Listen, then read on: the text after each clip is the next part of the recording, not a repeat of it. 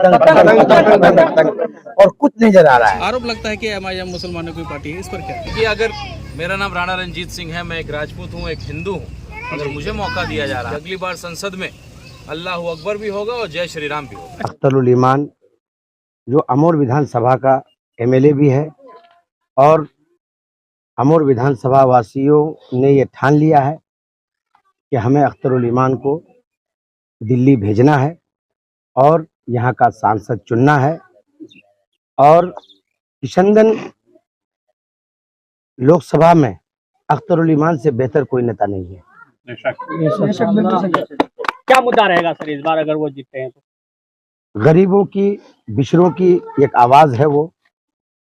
सीमांचल वासियों का जो बिछड़ापन है उसको, उसके दर्द को लेके अख्तरुल ईमान निकले। किशनगंज लोकसभा वासियों ने ठान लिया है कि अख्तरुल ईमान को जिताना है और पतंग के 4 नंबर के बटन को दबाना है और अख्तरुल ईमान को कामयाब कराना है। राणा रंजीत सिंह, शिवहर लोकसभा का निवासी और वहाँ का एआईएमएम का प्रत्याशी। अभी आप किशनगंज लोकसभा में आए हैं। बिल्कुल, अख्तरुल ईमान साहब के बारे में सुना था कि जो जुनून वहाँ ज़मीनी जुनून जो पैदा हुआ है, जो क्रांतिकारी फैसला किशनगंज देने जा रही है, वही देखने, सीखने, समझने और हम लोग के गार्जियन, यहाँ के प्रदेश अध्यक्ष अख्तरुल ईमान साहब के लिए वोट मांगने भी आए थे और सीखने की भाई किस तरीके से उन्होंने इस जुनून को पैदा किया कि एक एक व्यक्ति के जबान पे केवल अख्तरुल ईमान है और इस बार लाखों की वोट से वो जीतने जा रहे हैं। और यही माहौल, यही जज्बा जो है हम लोग शिवहर संसदीय क्षेत्र में भी जगाने का प्रयास करेंगे। काफ़ी हद तक उसमें सफल भी हुए हैं। वही देखने सीखने हम लोग किशनगंज आए। आरोप लगता है कि एमआईएम मुसलमानों की पार्टी है, इस पर क्या? देखिए, अगर मेरा नाम राणा रंजीत सिंह है, मैं एक राजपूत हूँ, एक हिंदू हूँ, अगर मुझे मौका दिया जा रहा है और पूरा अक़लियत समाज शिवहर में मेरे साथ, मेरे सपोर्ट में, तो इंशाल्लाह एक कदम ओवैसी साहब ने बढ़ाया है, हिंदू भाई 10 कदम आगे बढ़ाएंगे और इस फैसले का स्वागत करेंगे। और हम लोग का एक ही सपना है कि अगली बार संसद में अल्लाह अकबर भी होगा और जय श्री राम भी होगा। अच्छा, अभी आप जो है क्षेत्र भ्रमण कर रहे हैं, लोगों से मिल रहे हैं, तो कैसा सपोर्ट मिल रहा है आपको?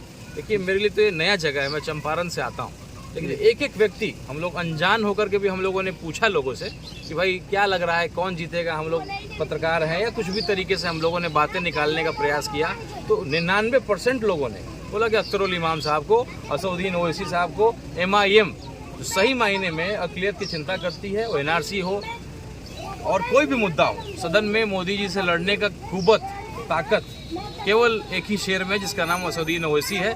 बाकी लोग आएंगे, वोट मांगेंगे और अपने अपने जगह, अपने घर चले जाएंगे। लड़ने वाला कोई नहीं है। सबसे ताकतवर कौम मुस्लिम समाज है, अक़लियत है और आज सबसे बदहाल स्थिति में है सियासत में, क्योंकि मजबूरी था, कोई विकल्प नहीं था। और एमआईएम जो है एक बहुत मजबूती से एक विकल्प नज़र आ रहा है और ख़ास करके कौम अब जागने लगा है, पढ़े लिखे लोग जाग गए हैं, नौजवान जाग गया है और वो अपने बुजुर्गों को भी जगा रहा है। और आने वाला समय एक मुस्लिम लीडरशिप बिहार में आप देखेंगे, एक मुस्लिम पार्टी जो है पनपेगी और अगला जो बिहार में सरकार होगा उसमें बहुत अहम भूमिका में एमआईएम रहेगा। बिना एमआईएम के बिहार में सरकार नहीं बनने जा रही है, जिसका जो है आप कास्टिंग और ट्रेलर इस संसदीय क्षेत्र में देखेंगे। कम से कम 2 से 3 सांसद एमआईएम के इस बार सदन में जाने वाले हैं और अगला विधानसभा में 25 से 30 विधायक होंगे जो निर्णायक भूमिका में रहेंगे और तय करेंगे कि बिहार सरकार कौन बनाएगा, किन शर्तों पे बनाएगा, कैसे किशनगंज सीमांचल जैसा पिछड़ा इलाका का विकास होगा। मोहम्मद शाकिर, झारखंड प्रदेश अध्यक्ष, ऑल इंडिया मजलिस इत्तेहादुल मुस्लिमीन। किस चीज़ को लेकर सर क्षेत्र भ्रमण कर रहे हैं आप? स्वाभाविक है, चुनाव का मौसम है। इस किशनगंज में एमपी का चुनाव है। हमारे कैंडिडेट अख्तरुल ईमान साहब जो आमौर से विधायक भी हैं, उनकी कैंपेनिंग के लिए हम लोग आए हुए हैं। तो अब तक सर कितने जगह का आपने हमने कई जगह का दौरा, बहुत जगहों का दौरा किया और कल तो एक मीडिया बंधु से बात हो रही थी तो उन्होंने अपनी रिपोर्टिंग बताई, एक सर्वे रिपोर्ट बताई कि आज की डेट में, कल की बात मैं कर रहा हूँ, कि 60% प्लस पे अख्तरुल ईमान साहब अकेले चल रहे हैं। 40% में जेडीयू और कांग्रेस के कैंडिडेट है। अब उसमें 40% में 30% 30-10 का रेशियो है, 25-15 का रेशियो है, 20-20 का रेशियो है, गॉड नोस। तो हमारी पोजीशन आप जान रहे हैं, आप लोग भी घूम रहे हैं फील्ड में, हमसे बेहतर आप लोगों के पास रिकॉर्ड है कि हमारे पास हमारा कैंडिडेट ऐतिहासिक मतों से जीतने जा रहे हैं इंशाल्लाह। मुद्दा क्या है आप लोग का वोटिंग का? मुद्दा क्या है? विकास का है, डेवलपमेंट का है, शिक्षा का है, स्वास्थ्य का है, सेफ्टी एंड सिक्योरिटी का है, जो बेसिक मुद्दा है।